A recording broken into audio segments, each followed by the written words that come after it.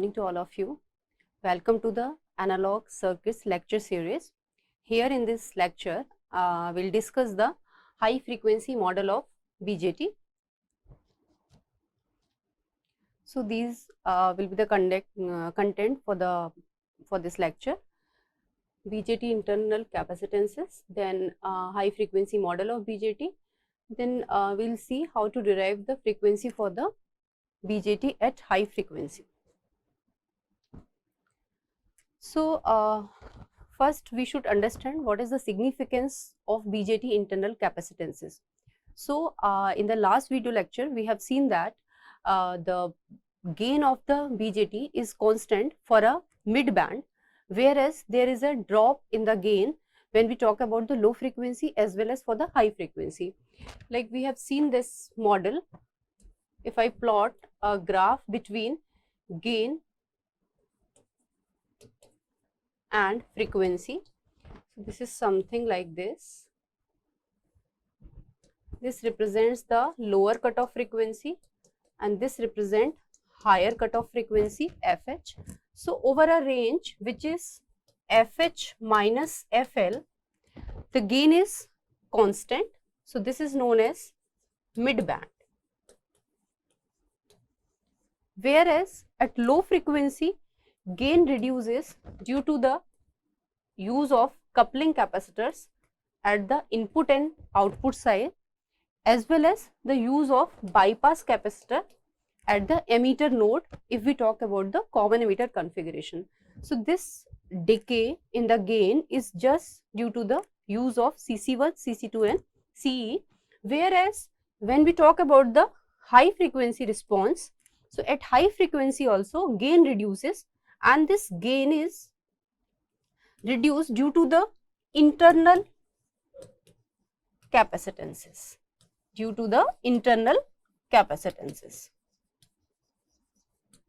So we should understand what are these capacitances.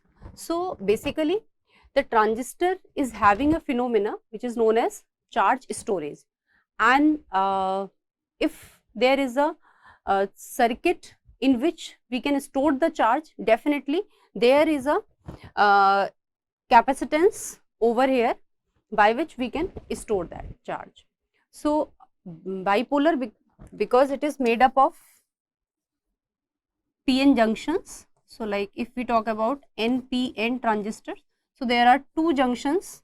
One is emitter base junction and another is collector base junction. So there are two junctions, and at the junction when a flow of electron and in case of PNP transistor flow of hole starts, there is a depletion layer on both the sides, and this depletion layer represents the depletion of charge. So here this layer behave like a insulating layer, and here if it is N type, so negative charge is over there and here positive charge. So itself a PN junction is having internal capacitance because there is two parallel plate and in between there is a depletion layer, and this depletion layer behaves like an insulating layer. So this form a capacitor itself. So transistor exhibit charge storage phenomena that limit the frequency and the speed of their operation. So definitely the capacitor is a function of frequency. If I write the impedance, so that can be represented by 1 upon j omega c. So definitely the value of capacitance depends on the frequency. So now we cannot consider that gain is constant. This is only for the mid band where we are neglecting the effect of frequency. But for high frequency, there is a significance of internal capacitances, as in the mid band we have neglected it. So there are basically two type of charges. One is known as base charging and diffusion capacitance, which is represented by CDE. So when the transistor is operating in active or saturation region, then minority charge carrier is stored in the base region and they form a capacitor which is known as CDE. So we can write the equation for charge, which is given by tau f, that is the time period, and into IC, and where TF, which is called as the forward base transit time, and that can be given by the equation W square upon 2dn. And if we calculate the value of CDE, definitely the charge can be calculated just by differentiating the capacitance, the capacitance can be calculated just by differentiating the charge with respect to the voltage. So CDE is represented by dQn upon dVBE, and that can be comes out this value. So this is one capacitance CDE which we have to consider while doing the high frequency calculation for the bipolar junction transistor. So another capacitance is base emitter junction capacitance. Actually it is known as junction capacitance, and under the category of junction capacitance there are two type of capacitances are there. One is base emitter junction capacitance and another is the collector base junction capacitance, because there are two junctions in the bipolar junction transistor. So this is the direct formula, you should aware of this formula, CJE, where CJE is the base emitter junction capacitance, and that can be given by CJE naught, where CJE naught represent the value of CJE at the 0 voltage, whereas VOE, which is the built-in voltage for the emitter base junction, it is generally vary between 0.8 to 0.9, so it is 0.9 written over here, and the gradient coefficient is of BJT is 0.5. So this is how we can calculate the base emitter junction capacitance. The formation of this capacitor I have already told you. This is the formation of emitter base junction capacitance, and this is how we can see the formation of collector base junction capacitance. So another is collector base junction capacitance. So the in active mode collector base junction is reverse bias, and this is known as depletion capacitance, because when the collector base junction is reverse bias, there is a widen or the depletion layer width is increased, so the capacitance will also increase. So here this represented by C mu and given by C mu naught divided by 1 minus VCB upon VOC to power m. Again m is the grading coefficient for not for emitter base junction, this is collector base junction, and it lies from 0.2 to 0.5, and the value of C mu at 0 voltage is represented by C mu naught, and here the built-in voltage for collector base junction is 0.75. So this is how you can calculate these values. Now after studying the different capacitances of the BJT or different internal capacitance of the BJT, now we can design the pi model or high frequency pi model. So if I draw a simple pi model for BJT, suppose this is a device, this is BJT having 3 terminal, base, collector and emitter. If I draw the pi model at the mid band, so this is something like this, Rx, R pi, the base resistance, and this is Rx or Rs, you can represent from any representation. Then here this is represented by Gm V pi and Ro, this is collector terminal. So this is the simple pi model for BJT, where R pi is the base resistance and emitter terminal is grounded. This represents the collector current IC, and Ro is the output impedance of this BJT, means impedance between collector and emitter terminal. So here we have neglected all the capacitances, because as we have discussed, there are three type of capacitances. One is CDE, and that is having very small value. So here also we will neglect that, but the junction capacitances known as CJE and another is C mu. These two capacitance we have to consider in the model. So just we have to find out the position of these capacitances and we can add into the simple pi model. So here you can see that this Rx is similar to this Rx, which is model resistance of silicon material of the base region, and and for the ideal case we can neglect this because it is having very small value. So in ideal case we can neglect this, but in practically the Rx is connected at the base terminal. Now the C pi is basically represent that CDE, which is having very small value. So sometime you can neglect it, but CDE is connected between base and emitter. That's why we have connected a capacitor known as C pi, which is a combination of CDE and CJE, because CJ is the junction capacitance due to the formation of capacitor at the base emitter junction. So between base and emitter junction we have added this C pi, which represents the cumulative effect of CDE and the CJE, whereas C pi is the collector base capacitance. This capacitance, this C pi is collector base junction capacitance. So the position will be in between collector and emitter. The position will be in between collector and emitter node here. So you can see that in pi model we can connect it into the the position is base in between base and collector. So we can connect in between base and collector. Here it is base and collector. This is base and collector. So that's why it is known as base collector junction. So this C mu represents the collector base capacitance.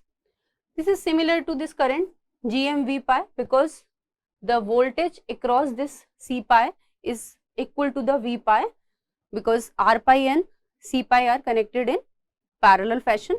R pi is the small signal input impedance, whereas RO is the small signal output impedance, which is connected in between collector and emitter node. So this is known as high frequency model for the BJT, where we have included both the capacitances. So here you can see that this is the same model.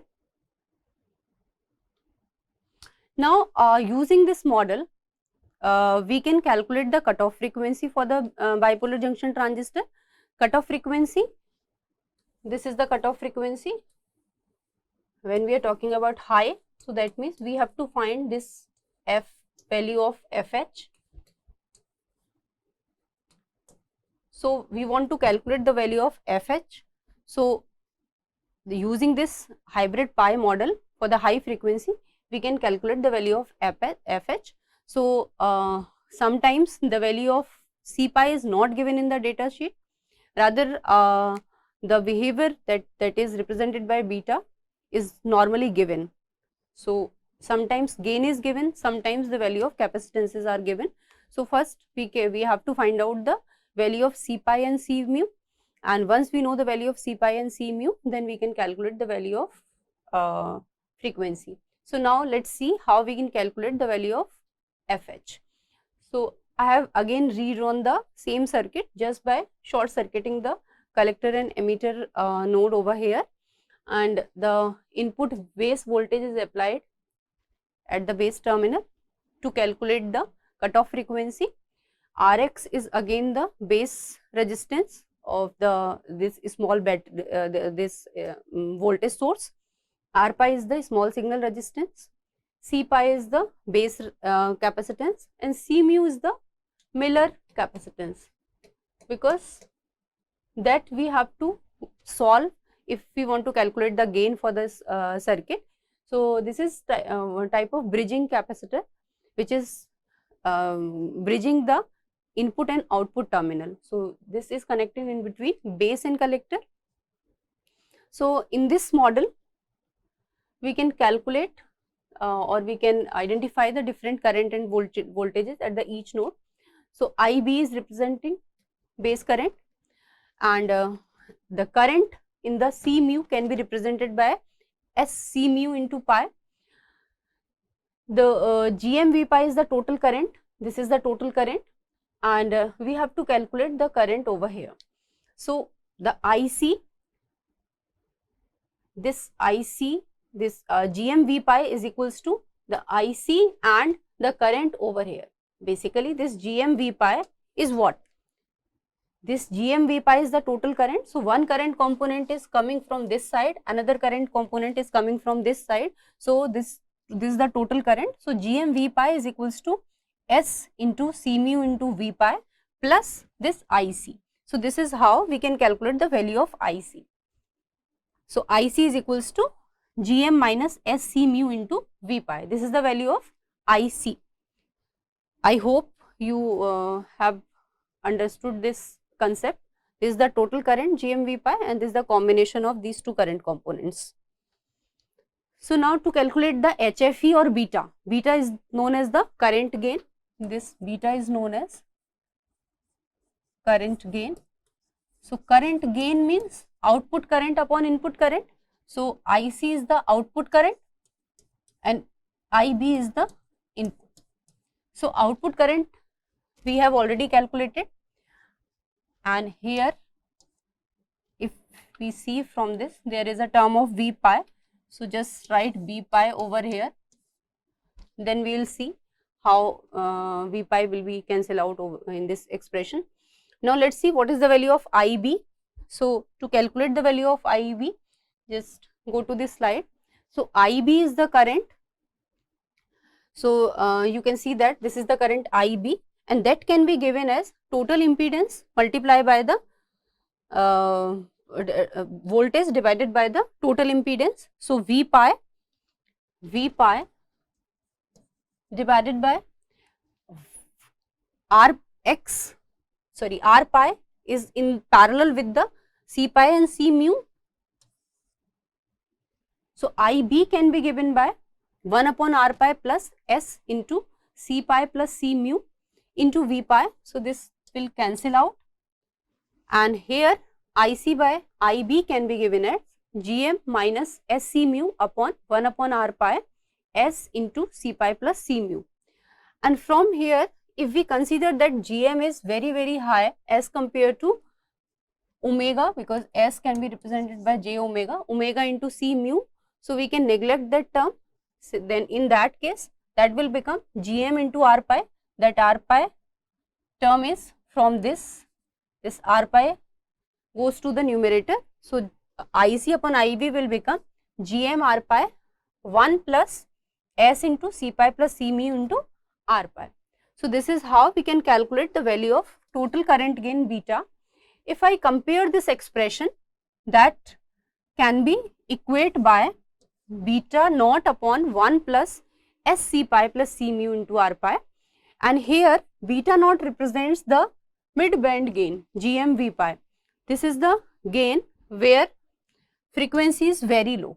So low frequency, you can say it low frequency gain or the mid band gain, whereas C pi and C mu represents the total capacitance for the circuit. And if I compare this expression with the single pole response, so single pole response is what?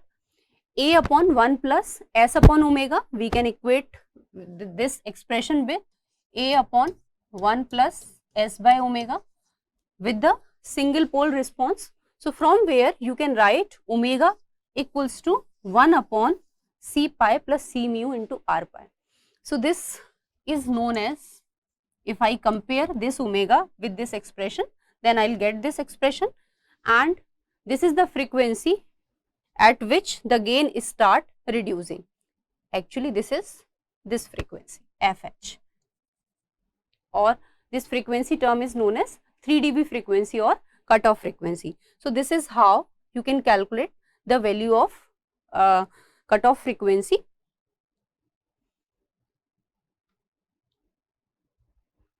So just see this graph. From this graph, this is the mid band gain beta node, that is equals to GM V pi, and here the gain start reducing, which is represented by omega beta, and up to this point there is a decay of 3 dB, and after that there is a decrement in the gain with a constant rate.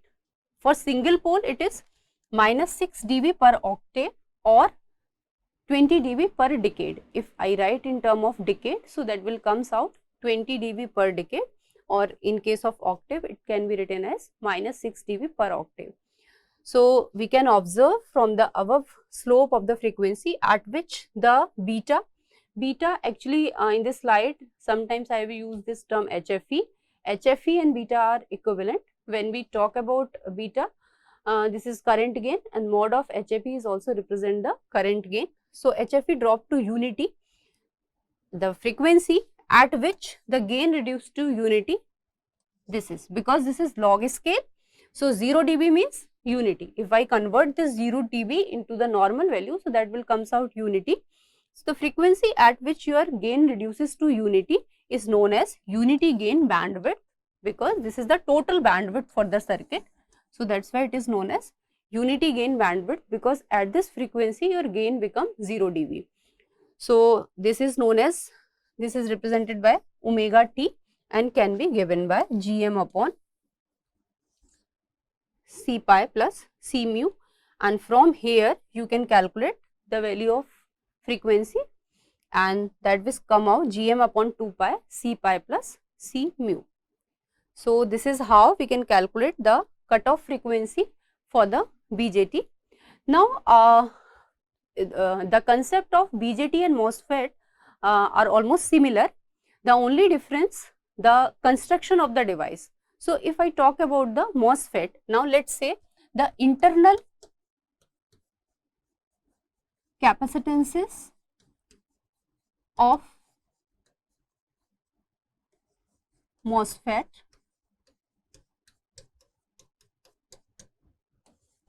so this is the symbol for MOSFET, N type of transistor. So gate, drain and source. So there are n number of capacitances which are associated with the MOSFET also at the high frequency. Again at the mid band or the low frequency, the significance of internal capacitances is almost negligible, but for the high frequency again we have to consider the internal or parasitic capacitances of the MOSFET also, because if we talk about the construction of the MOSFET, so here there are two regions N, if P type of silicon is there and channel is of N type, there is a gate over there. So if we see, there is a formation of PN junction, because this is P type and this is N type. So again there is a formation of depletion layer. Similarly here also there is a formation of depletion layer. If I talk about the inversion of the charge, like in case of N channel, the VGS will be positive, so that will produce the positive effect over here, and electron can be represented by minus sign. So you can see that there is a parallel, there are two parallel plates, one is connected with positive charge, second one is connected with the negative charge, and in between there is SiO2 layer which is behave like an insulator. So again this can be modeled by a capacitor. So you can see that in between gate and channel there is a capacitance, in between source and substrate there is a capacitance, in between drain and substrate there is a capacitance, in between gate and source we have seen over here. In between gate and drain, because this gate is connected with source and this gate is connected with drain also. This is having same effect on gate and drain. So there are n number of capacitances associated with the MOSFET, but the most important capacitance that we have to take into consideration is CGS, the capacitance between gate and source, and CGD, the capacitance between gate and drain. Other capacitances like the capacitance between the gate and body, drain and body, some overlapping capacitances, that can be neglected when we draw the high frequency model of the MOSFET. So let's draw the high frequency model for the MOSFET. So for MOSFET, if I draw the pi model, if it is the gate terminal, so the difference between the pi model of BJT and MOSFET is that here the input impedance is infinite. So the resistance which is equals to R pi in case of BJT, here it is infinite. That can be represented by a open circuit. Now at the output, this current is represented by GM VGS. If I draw the simple model, means without considering the effect of high frequency, then the model is something like this. But if I want to include the effect of capacitance in this model, then that will be equals to, just a second. So here this can be given as CGS. This capacitance is connected in between source terminal and the gate, and CGD can be connected like this, CGD. So here you can see that the high frequency model for MOSFET. So this voltage is represented by VGS. So for the MOS device, this is the high frequency model where I have added CGS at the input side and CGD at the output side, which connect between the input and output terminal. So this is the high frequency model for MOSFET.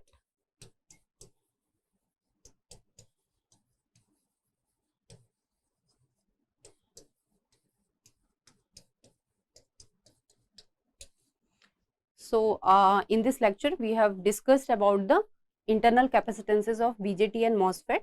Also we have seen the high frequency model or small signal model for the BJT and MOSFET at the high frequency. We have derived the expression for cutoff frequency for the BJT. So this is all from my side. Thank you so much.